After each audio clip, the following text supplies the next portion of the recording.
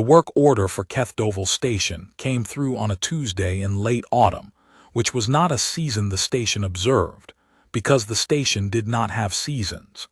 It had a ventilation cycle and a humidity maintenance protocol and a filtration system that dated back 11 years and had never been serviced by anyone who understood what they were looking at. That was why they sent me. I am a water systems contractor.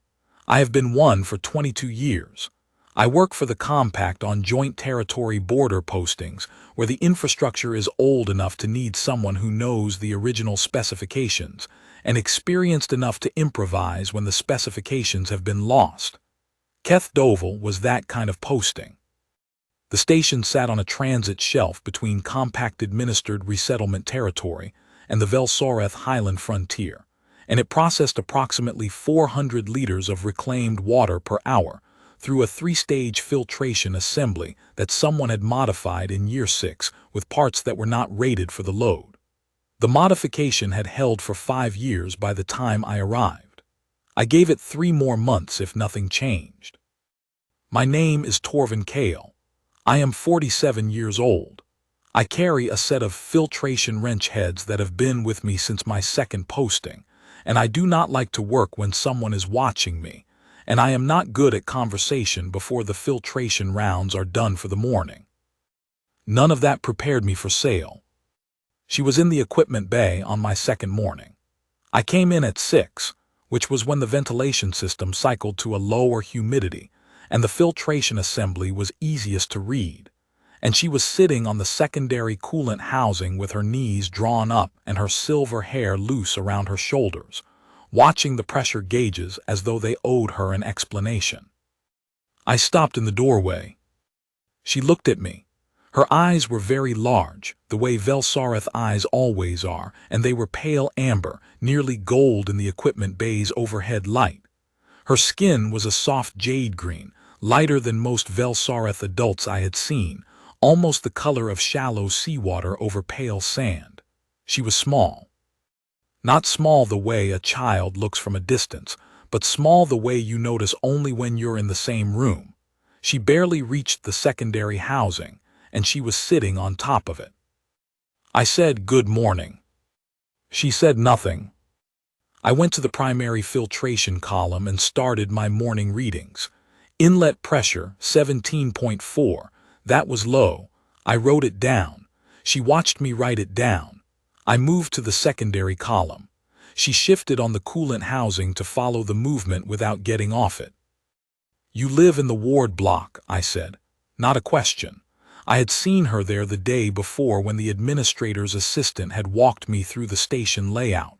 One of 11 children in temporary placement. I had not spoken to any of them. That was not my area. She said nothing still, but she did not leave. I finished my morning readings, wrote the maintenance flag for the low inlet pressure, and started on the secondary column access panel. The 4th bolt from the left was stripped and had been stripped for what looked like 2 years, based on the wear pattern. I got my tool roll from the bench, found the appropriate extraction bit, and started working the bolt out. She watched this for 4 minutes. Then she climbed off the coolant housing, crossed to the bench, picked up my wrench tray, and held it where I could reach it without turning around. I took the 7mm head I needed. She held the tray steady. That was the second morning. On the third morning, she was already there when I arrived. She had moved the wrench tray from the secondary bench to the primary bench, where I needed it first. She had not touched anything else. I said good morning, and started my readings, and she sat on the coolant housing again, and that was that. I learned from the administrator's records, not because I had been looking, but because the administrator, a compact civil service officer named Den, made a point of briefing everyone who would listen that Sale's mother had died in a transit conveyance failure 11 weeks ago. The conveyance had been carrying a group of Velsoreth resettlement applicants between Kethdovel and the processing station at Vethmorval. A pressure seal failure in the transit tube. 6 adults had not made it. The children had been on the platform waiting for the return conveyance. Sale had not been on the conveyance. She had been on the platform, holding a travel satchel that had her mother's personal documents inside it because her mother had asked her to carry it. She had been holding the satchel when the notification came through. She still had it. I saw it on the bench one morning, a flat carrier in faded gray-green cloth, corners worn, stitching reinforced with different thread. She put it on the bench when she came in and picked it up when she left. She did not open it while I was there, and I did not ask about it. The administrator had also briefed me on the regulatory situation, which was his primary concern. Sale's father was listed in the resettlement application as a compact national, registration status unverified. The application had been filed under her mother's name and case number. With the mother deceased and the father unregistered, Sale was classified as an unaccompanied minor with no verified guardian in the current territory. She was on the station's temporary ward roster. The temporary ward roster had a duration limit, 90 days.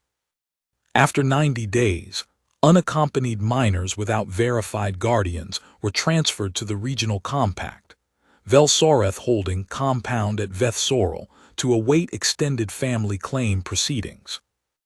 90 days. I had arrived at week 11 of that count. That meant there were approximately 3 weeks remaining. The quarterly Joint Resettlement Council session was scheduled for day 87. I noted this and filed it in the part of my thinking that handles things I cannot fix with a wrench, and I went back to the inlet pressure problem, which was something I could fix. The inlet pressure was low because the primary feed line had a partial blockage in the secondary manifold coupling, which had been partially replaced with a substitute coupling that was slightly undersized for the load. The substitute coupling had been tightening gradually over months as the pressure differential worked against the seam. I could clear the blockage and replace the coupling with the rated part, but the rated part was not in the station's supply inventory, and ordering it through the compact supply channel would take 11 days. I put in the order on day 3 and started the 11-day wait. In the meantime, I cleaned what I could clean, calibrated what I could calibrate, and documented everything I found in the maintenance log in the format the station's oversight body required. There was a great deal to document. The station's filtration system had been maintained by well-meaning people who were not trained for it, which is the most difficult kind of maintenance history to work with, because the good intentions are visible in the work, and the gaps are also visible in the work, and you cannot be angry about either one. Sale came every morning at 6 and left when I left, which was usually between 9 and 10, after the morning's work was done and the readings were logged. She did not come in the afternoons. I did not know what she did in the afternoons, because my afternoons were supplied documentation and correspondence with the compact oversight liaison, which I did at the desk in the contractor lodging unit on the east end of the station. On the 8th morning, she handed me the extraction bit before I reached for it. I had been working the stripped bolt on the secondary column access panel every morning, extracting a little more each time before the bolt seized again. The process had a rhythm to it, and the extraction bit was always the second tool I needed after the panel release key. She had watched this 8 times. I took the extraction bit, worked the bolt another quarter turn, set the bit back on the tray she was holding and said, "Thank you." She said nothing, but something in her expression shifted slightly. Not a smile, something quieter than that. A small adjustment like a pressure reading settling toward normal. On the 14th morning, the rated coupling arrived in the supply delivery. I pulled it from the package, checked the specification stamp, set it on the bench. Sale looked at it. Then she looked at the secondary manifold coupling on the primary column, which she had by now watched me examine many times. Then she looked back at the new part. "It is the right size," she said. It was the first thing she had said to me. "It is," I said. She got off the coolant housing, came over to the bench, and looked at the specification stamp on the new coupling. She could not read compact standard specification notation. It was not a notation she would have been taught, but she looked at it carefully for several seconds, the way you look at something you intend to understand eventually. "It will fix the pressure," she said. "It should," I said, "along with clearing the blockage in the feed line." She nodded once, as though this confirmed something she had already calculated, and climbed back onto the coolant housing. I spent the next 3 mornings on the coupling replacement and the feed line clearance.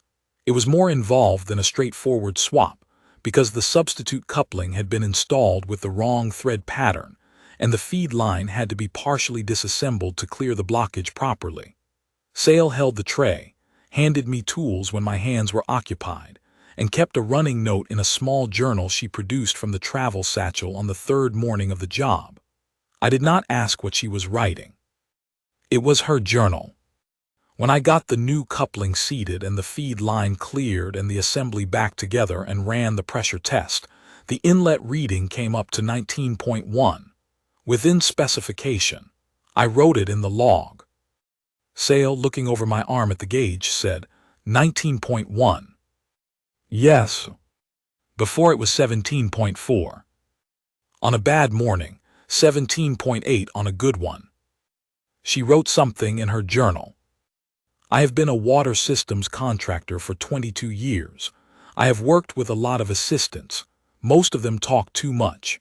I had never had an assistant who wrote things in a journal, and I found I did not mind it. By the 3rd week she knew which bolt was the stripped one, and always put the extraction bit first on the tray. By the 4th week she could read the primary pressure gauge without asking me what the number meant, and when it dropped below 18, she would have the tray ready before I turned around.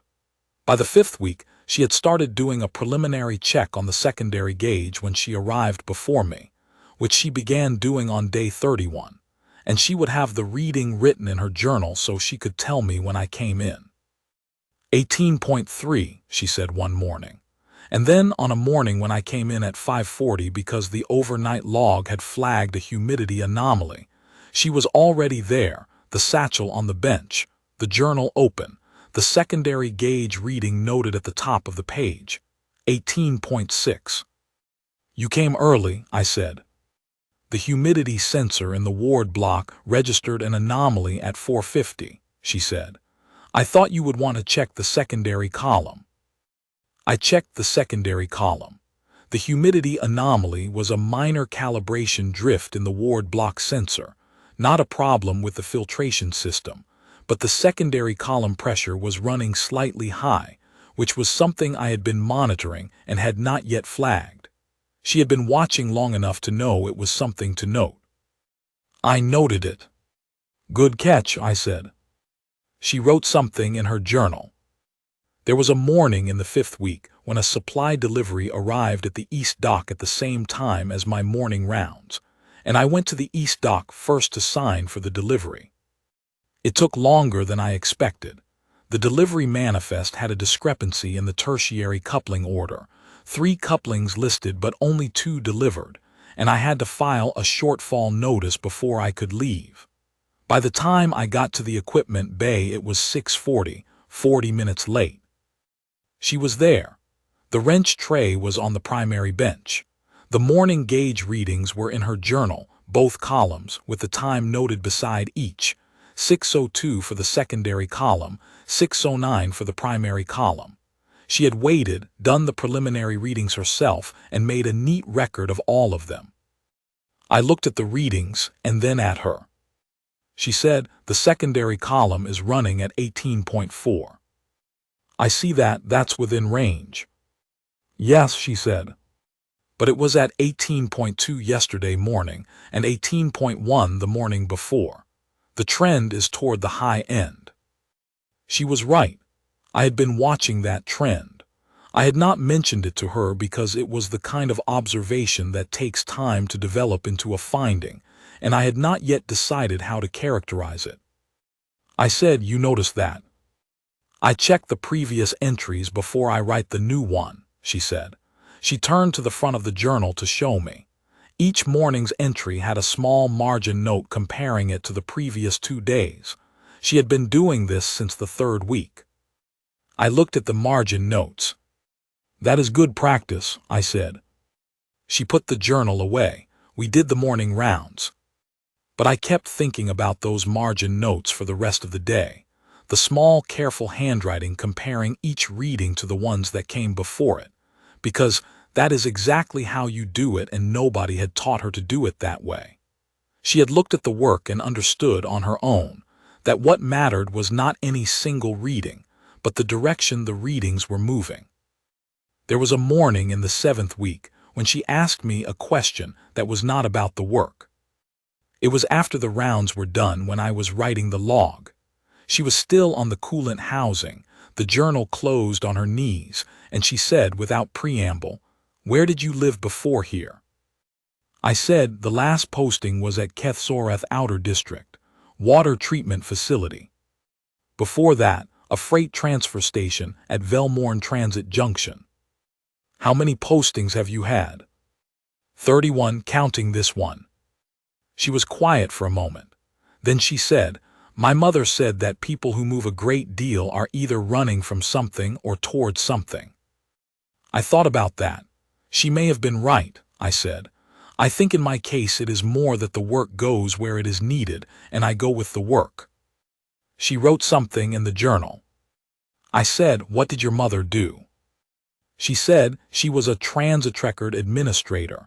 She filed the documentation for resettlement applicants. She knew how to find the errors in the paperwork. She smoothed the cover of the journal. She taught me to read a document from the last page forward, because the errors are usually in the annexes. I said, "That is good advice." She said the annexes are where the important things are. The main document is for the people who made the decision. The annexes are for the people who have to live with it.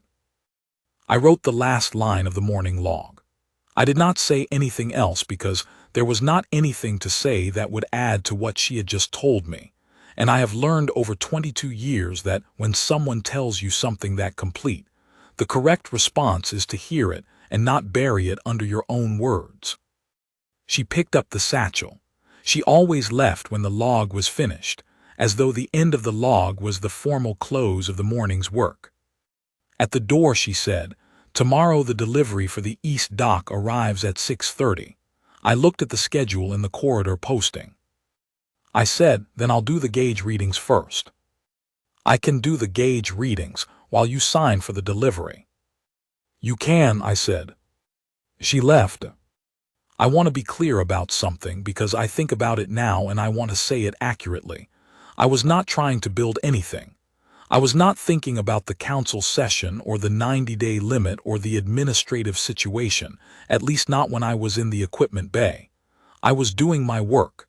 She was there. She was useful.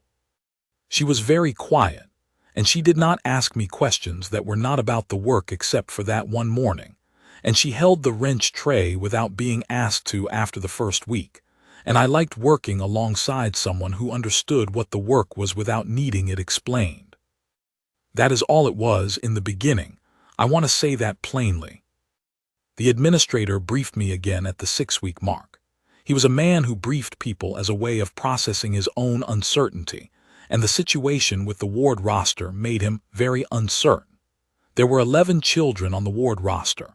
4 had verified family contacts who were expected to arrive before the 90-day mark. 3 had extended family claim proceedings already in progress at the Vethsorel compound. The remaining 4, including Sale, had no verified guardian and no active proceedings. At the 6-week mark, Sale had been on the roster for 42 days. "The council session is at day 87, Den said to me, in the corridor outside the equipment bay. He said it to me specifically, I think, because I was the only person at the station who did not work for him, which meant I could not be required to do anything about it but also could not be penalized for knowing about it. They review the ward roster. The ones without verified guardians get a transfer order. It goes to Vethsorel." He paused. "The compound at Vethsorel has about 800 residents currently. It is not designed for 800. Extended family claim proceedings take between 14 and 26 months. I said I understood. He said, She has been spending her mornings in your equipment bay. I said that was correct. He looked at me for a moment, then went back to his office. I went back to the equipment bay. Sale was on the coolant housing, journal open, secondary gauge reading already noted at the top of the page. I do not know how to say what I am trying to say here in a way that sounds like something other than what it is. I will say it plainly and let it stand. I went back to the equipment bay because the morning rounds needed to be done, and the secondary column pressure had been running high for 4 days, and I wanted to check whether the trend was continuing. That is why I went back. And she was there, and the reading was at the top of the page, and we did the morning rounds, and it was a normal morning, and the pressure trend was continuing, and I flagged it in the maintenance log. That is the truth of it. The thing that was building was not something I was building. It was something that was already built quietly by the accumulation of mornings, and I did not see it until the council chamber. The quarterly joint compact, Velsareth Resettlement Council session, convened on day 87 in the station's council chamber, which was on the 3rd level and had 12 seats at a curved table and a single witness position at the center of the room. The chamber was used 4 times a year. The rest of the time it held surplus crate stock from the supply room on the 2nd level, which the station staff moved out the morning before each session. There were 3 council members present. 2 were senior Velsareth arbiters, Velketh Sareth and Aylmorn Sareth, both elder class, with the narrow eyes and the formal gray robes of the arbitration council. The 3rd was a compact civil services adjudicator named Rael Voss, mid-50s, who had the particular posture of someone who had attended many sessions like this one and found them straightforward. On the left side of the chamber were the ward roster cases, the children and their assigned ward supervisors. On the right side were the station staff called as witnesses. I was on the right side, 3rd chair. The session proceeded in the standard format I had been briefed on by Den the day before. Each ward case was called in turn. The ward supervisor presented the case file. The council reviewed the guardian verification status. If a verified guardian was present or confirmed incoming, the case was noted and closed. If no guardian was verified, the council issued a transfer order to the holding compound. The first 3 cases were closed in the expected way. The 4th was a child whose extended family had submitted a claim from the Veth Morville district, and there was a procedural question about whether the claim filing was complete, and this took 20 minutes while the adjudicator and the Velsareth arbiters consulted their respective records. I sat in the 3rd chair on the witness side and waited. Sale was called 5th. Her ward supervisor, a young woman named Preya who ran the ward block's morning nutrition service and had taken over the ward supervision role 6 weeks ago when the previous supervisor transferred to another posting, presented the case file. Sale Kethael Sareth. Age, unspecified, small. Ward entry date, day 1 of the current quarter. Reason for ward status, maternal death in transit incident. Paternal registration status, compact national, unverified. Guardian contact attempts. 3 outreach notices filed with the compact national registry, no confirmed response. Extended family contacts. 2 attempted, no established contact within the Velsareth kinship network on record. Preya's voice was even. She was reading the file. She was not comfortable in the council chamber. Her hands were flat on the folder in the careful way of someone keeping them still deliberately. The adjudicator looked at the file. The Velsareth arbiter on the left, Velketh Sareth, said, "The child has no verified guardian contact." "That is correct," Preya said. "The ward entry duration has reached the 90-day threshold." At the close of this session, yes. Velketh Sareth made a notation. Aylmorn Sareth had not spoken yet. The adjudicator turned to the right side of the chamber. "Is there a station staff witness on this case?" he said. Den, who was seated at the end of the witness row, said, The station's water systems contractor had regular contact with the ward subject during the quarter. He was listed as an available witness. He looked at me. I said yes.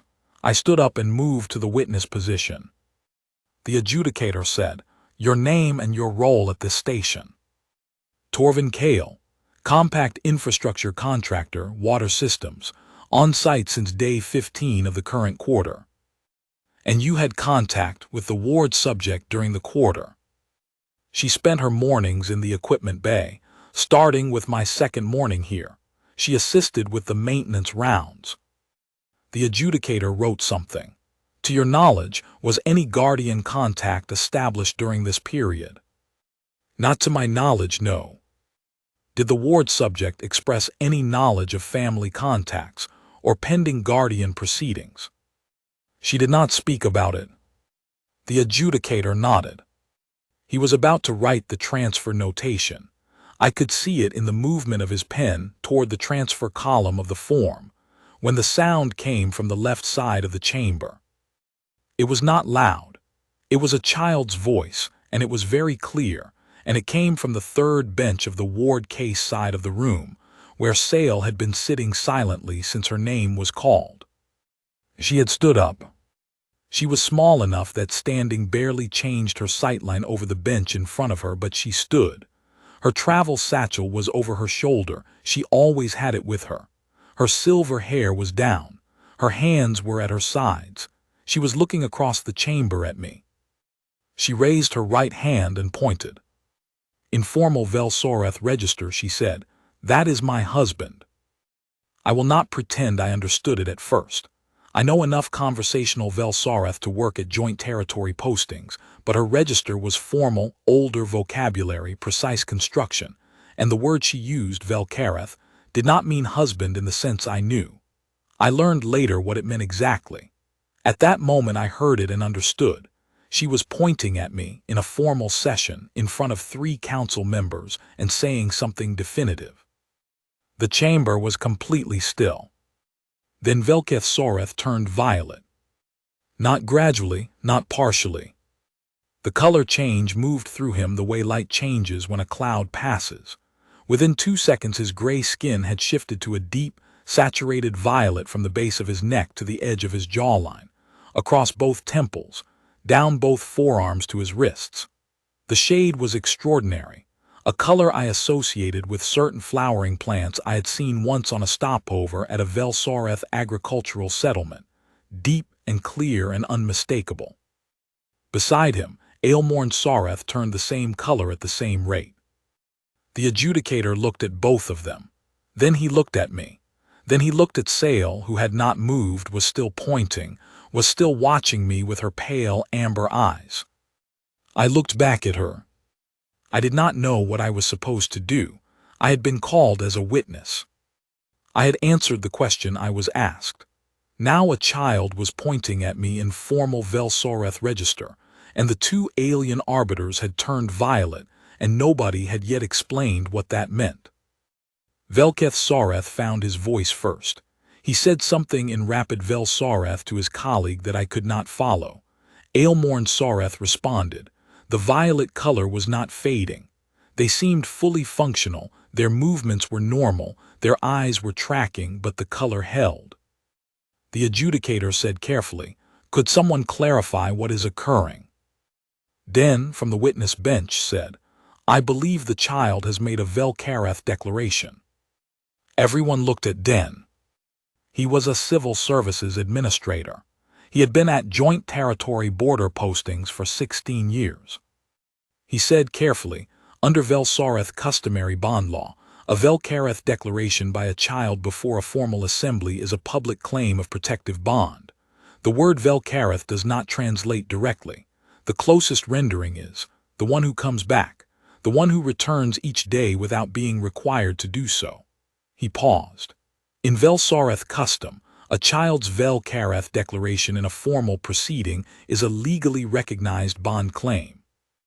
It requires a response from the named party and a ruling from the arbiters on whether the declaration meets the customary threshold. He looked at me.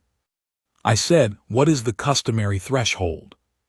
He said, "Consistent return over a sustained period, without exchange, without requirement. The arbiter's rule on whether the factual record supports the declaration." I thought about the mornings, 48 of them, the wrench tray, the pressure readings, the journal entries in the small book in the travel satchel, the stripped bolt, extracted 1/4 turn at a time until it came free on the 37th morning, the inlet pressure at 19.1, the early mornings when she arrived before me because the humidity sensor had flagged something and she thought I would want to know. Velketh Sarath, still Violet, said, in carefully structured compact standard, "The declaration has been heard before this assembly. The chair is required to inquire of the named party whether the declaration is acknowledged or contested." The adjudicator said, "The named party is the contractor Torvin Kale." He looked at me.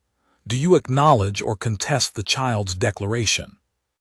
I have stood in front of a lot of things in 47 years that I did not know how to respond to. A stripped bolt in a secondary column that nobody had touched in 2 years. A coupling installed with the wrong thread pattern. An inlet pressure 6% below specification on a system that had never been properly serviced.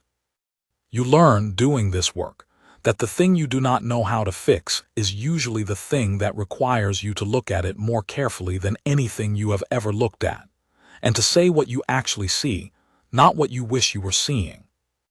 I looked at Sale. She was still pointing.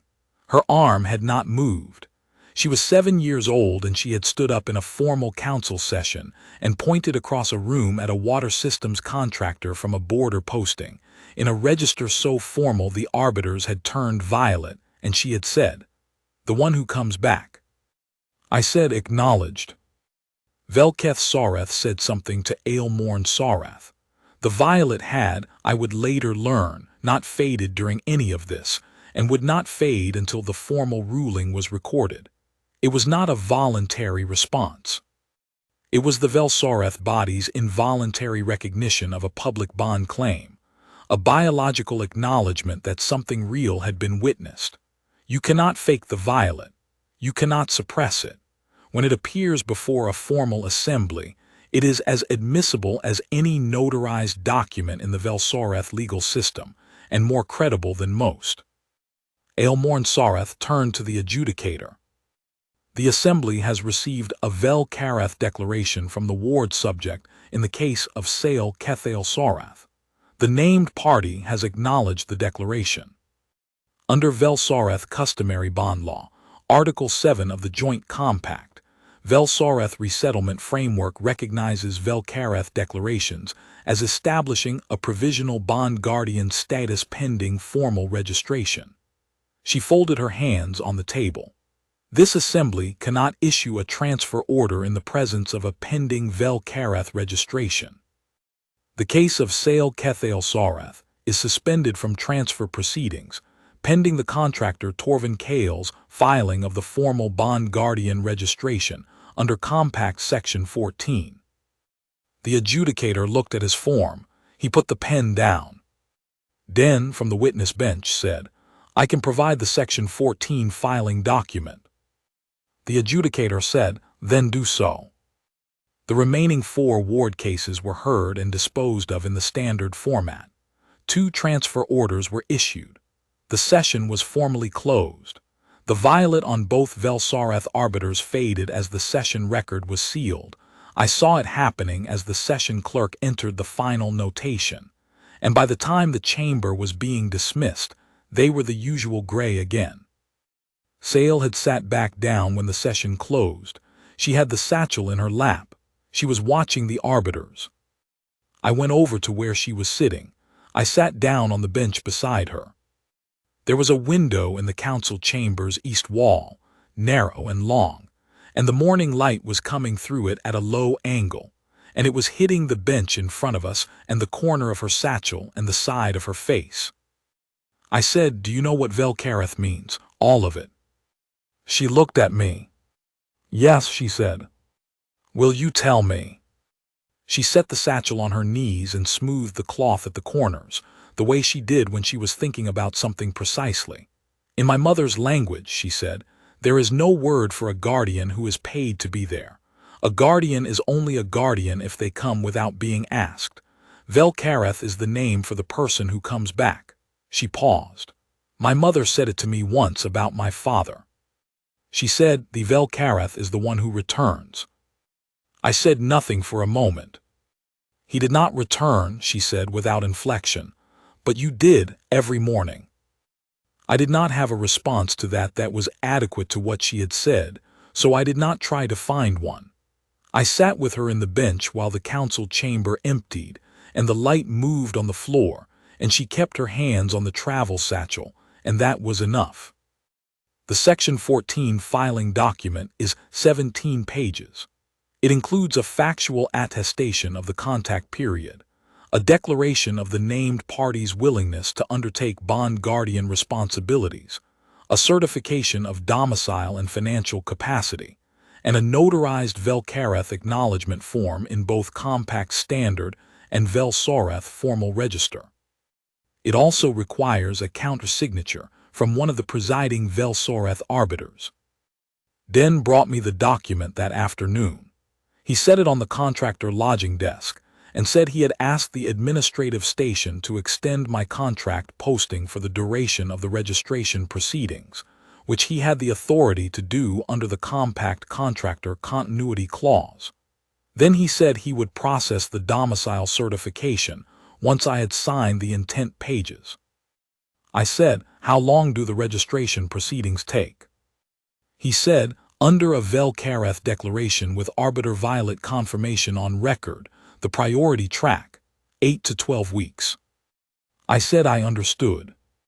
He said, the station will carry the ward status during registration. She stays. I said I understood. He picked up his folder, started for the door, then stopped. For what it's worth, he said, she has been the most orderly resident in the ward block for 11 weeks. Her bunk area, her personal items. Every morning she makes a note in a journal before she leaves for your equipment bay. The ward supervisor says the note is a summary of the previous day's work. She has been keeping a maintenance log. He left.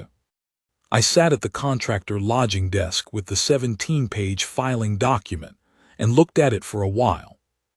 Then I got out a pen and my reading glasses and a cup of water from the tap, because I do not drink tea or coffee after midday as a general rule, and the lodging unit did not have much else, and I cleared the desk of everything except the document and the cup and the pen, and I started reading from page 1. Section 14 of the Compact Guardian Continuity Provision was not written for situations like this one. It was written for situations involving compact nationals taking formal responsibility for other compact nationals in territories where the compact civil registry system was the operative authority. The Velkareth provision was an addendum, added to the joint framework in Year 4 of the Resettlement Partnership, when the first Velkareth declarations had created procedural problems in council sessions that the original framework had not anticipated.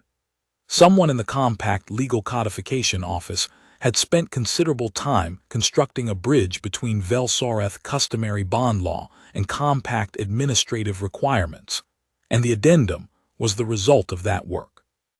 I could see, reading it, where the bridges held and where they were provisional.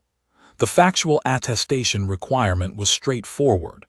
I could write a factual attestation of 48 mornings in an equipment bay in my sleep. The domicile and financial capacity certification was straightforward, because a 22-year compact contractor posting history with no unresolved infractions and a standard retirement provision was precisely the kind of record the certification was designed for. The Velkareth acknowledgement form was the one I read most carefully, because its language was split between Compact Standard and formal Velsoreth Register, and I wanted to make sure I understood what I was putting my name on in both versions. What I was putting my name on in both versions was this. I acknowledge that the child named in the preceding declaration has claimed me as Vel-Kareth under the customary bond law of the Vel-Soreth people, and I acknowledge that claim as accurate, and I accept the responsibilities that attach to it under both the Vel-Soreth custom and the compact joint framework provision. It was 17 pages of legal construction surrounding 3 sentences of meaning. The meaning was clear. The child had said what she said, and I had said acknowledged, and the document was where that acknowledgement lived. I got out a pen and started reading from page 1. I finished at page 11 that evening. Pages 12 through 17 were the certification forms, which required the domicile documentation that Den's office was preparing. I set the pen down and sat in the lodging unit and looked out the narrow east window at the transit platform, where the departure board was cycling through the evening conveyance schedule. There was a conveyance at 1840 bound for Keth-Morville, which was the nearest compact hub.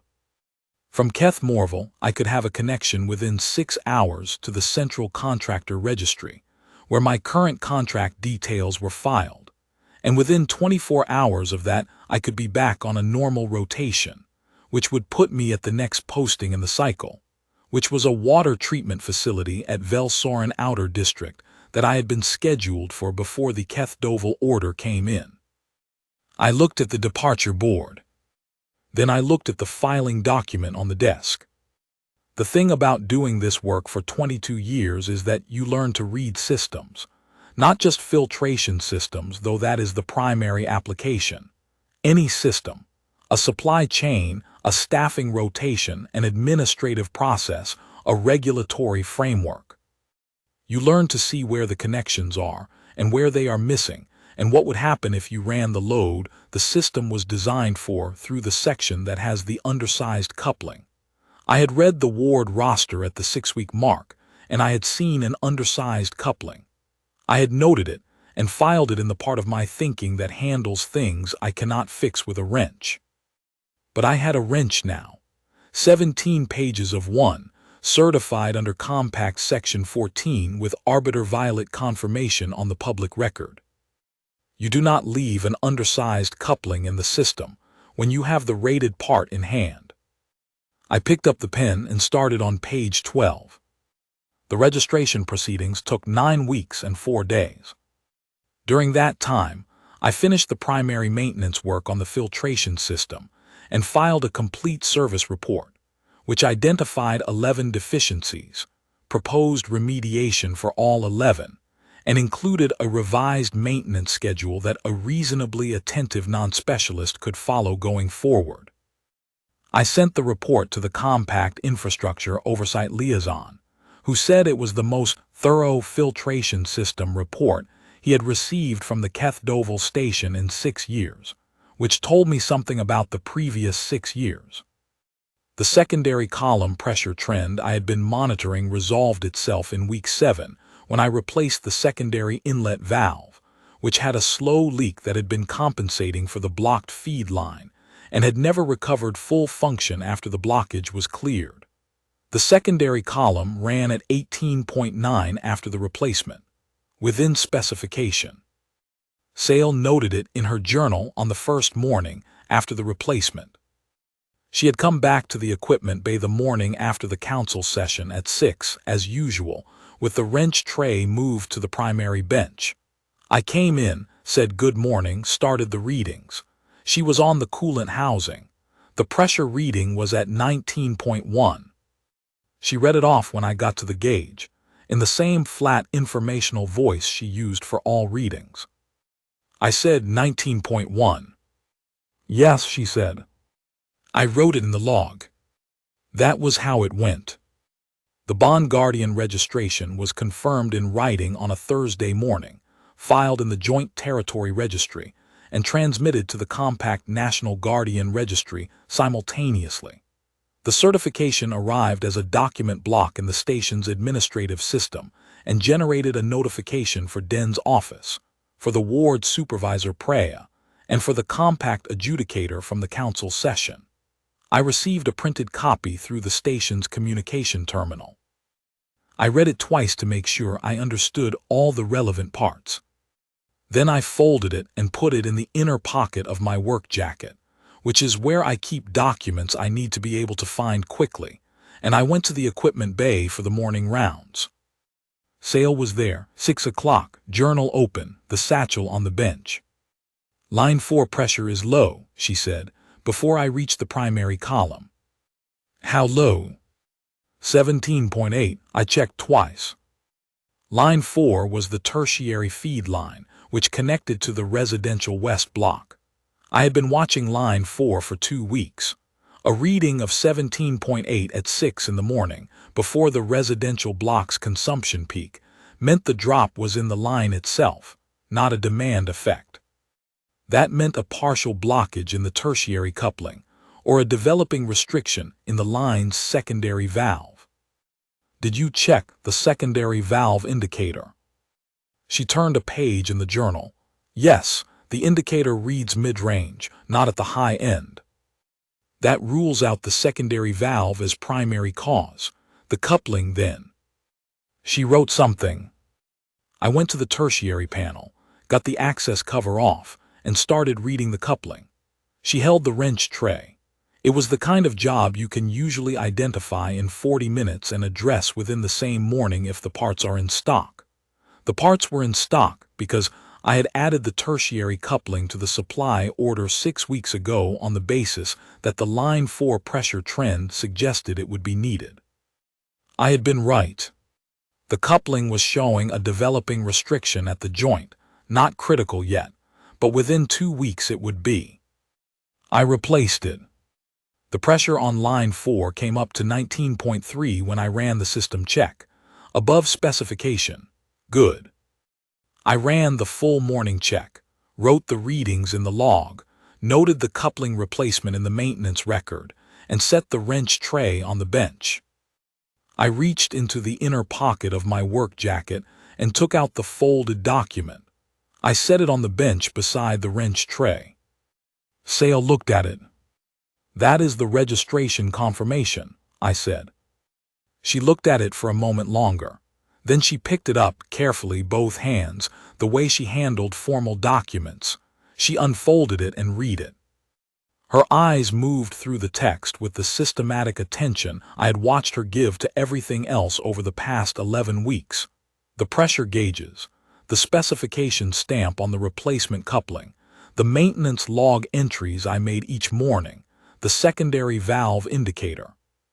She read it once.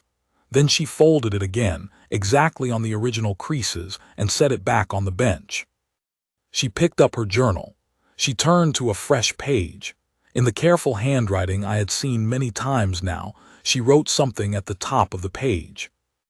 Then she set the journal down on the bench, so I could see what she had written. It was the date, and below the date in the same handwriting, line 4 pressure, morning reading, post replacement, 19.3. Below that in slightly larger letters, within specification. I looked at it. She picked up the journal and closed it and put it in the travel satchel with the other items from the morning. The registration document she left on the bench. You can keep it, I said. There is a copy in the station record. She picked it up and put it in the travel satchel, in the front compartment, where the important documents went. We went through the rest of the morning rounds. The west block, the east block, the tertiary return manifold, the secondary column, all readings within specification or flagged with appropriate notes. The maintenance log updated for the morning. The tool roll put back in the bench drawer. At 8:50, I said I was done for the morning. She slid off the coolant housing, picked up the satchel, and went to the equipment bay door. Then she stopped, with her hand on the door handle, and looked back at me. Tomorrow, she said, at 6. It was not a question. It was what she had been saying, in the only language she had been using for 11 weeks. Every morning she arrived before I did and moved the wrench tray to the primary bench. At 6, I said. She left. I finished writing the morning log. Then I sat on the secondary coolant housing for a few minutes, in the quiet equipment bay. with the gauges reading where they should read, and the light coming through the ventilation grate in the same angle it always came at this time of morning. And I thought about the 9 years I had left on the standard compact contractor cycle before the retirement provision kicked in, and what a water systems contractor does with 9 years of postings when there is someone who arrives at the equipment bay at 6 in the morning to tell him what line 4 pressure is doing. There are things you build that you did not know you were building. You show up. You do the work. You come back the next morning because the work is not done and the morning reads need logging and the stripped bolt is not yet out. And one morning you look at what has accumulated across all those mornings, and you understand that the thing you have been building is the most important thing you have built, and it does not require a wrench, and it will outlast every coupling you have ever replaced. I got off the coolant housing and put the tool roll in the bench drawer, and closed the equipment bay door behind me, and went to file the morning log with the station's maintenance oversight system. The log entry for that morning was 3 paragraphs. The line 4 coupling replacement, the system check, the pressure readings. The final line read, all monitored systems within specification as of 8:50 station time. No active maintenance flags. That was accurate. It was the most accurate thing I had written in 9 weeks. I submitted the log and went to see about extending the supply contract, because line 4 was within specification now, but the East Block tertiary return manifold was showing early signs of something I had been meaning to get to. And it was not the kind of job you leave for someone who doesn't know what they're looking at.